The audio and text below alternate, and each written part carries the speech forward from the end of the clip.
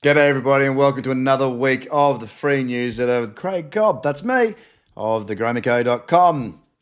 Okay, so market took a bit of a quiet one last week, a bit of a quiet week last week, with Bitcoin exhaling for the first week after this 7-week run higher, closing down 3.08%, and the week before having broken out to new all-time highs. Of course, this now puts Bitcoin in a place of question mark, hence the slowdown. What is the question mark? The question mark is, can we really rip through this all-time high and get that market into a place of blue sky above? The issue that we've got now, well, it's not an issue. The reality that we've had, and I've been speaking about this for a couple of weeks now, talking about the potential for a pullback, is that we've taken, in this run back, in this run up, it's been a straight line. What do I like? I like consistent trends. We move up, we pull back, we move up, we pull back, we move up, we pull back. That's what I like to see. It's called cyclicity, and it's one of the things I teach heavily in the course.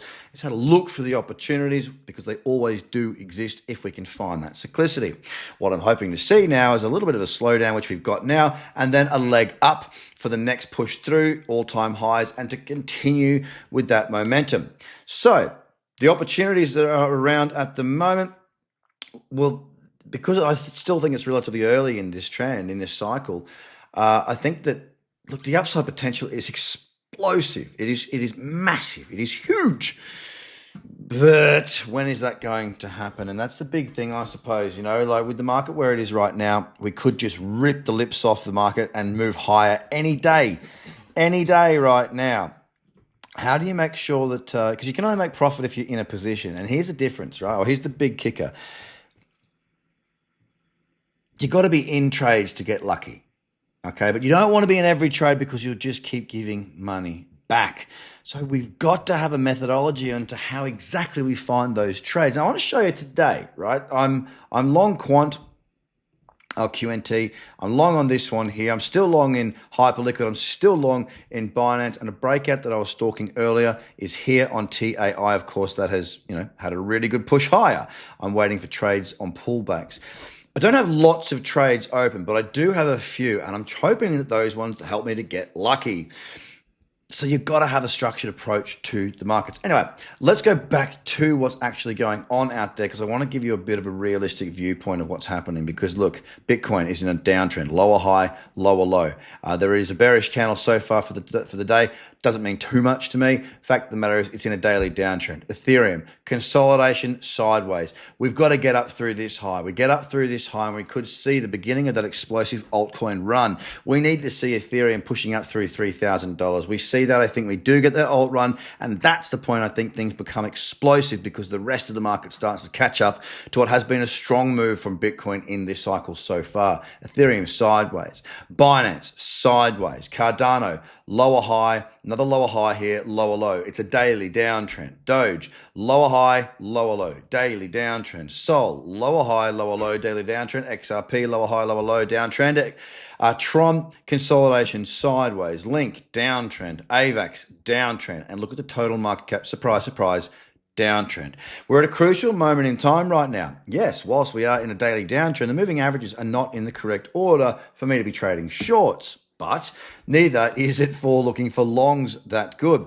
If we look at the 2-day, we've got a bullish candle there on total market cap, and it has broken the high. That bullish candle was back in the cradle zone. What I want to see is, I want to see this market extend above 3.3 trillion again and continue its marching higher. And that can change in an instant. It can change in an absolute instant. That's the beauty of this market. Those that are involved and know what they're looking for are going to do well. And it could be tomorrow that starts. Those that have been here already will have already done well. There's been some ripping trades, some big profits. But you've got to know what you're looking for. And if you don't know what you're looking for, you're playing catch up. Some of the beautiful things that have happened this week. GameStop has now gone into a Bitcoin treasury strategy, buying 4,700 Bitcoin. BlackRock looking to buy 10% of Circle on their IPO.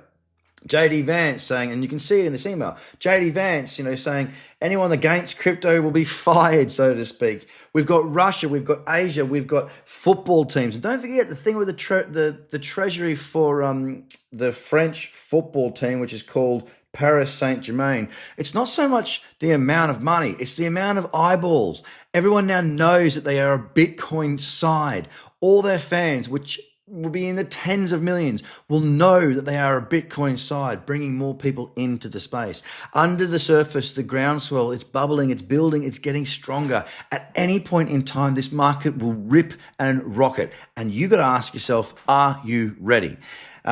I'm pumped. I'm really, really ready. I'm really excited where the market is sitting right now. It really is just having a little bit of a breather, in my opinion. Could we see a deeper pullback? Absolutely, we could. We are extended from these moving averages, and if I did see a deeper pullback, would I be worried?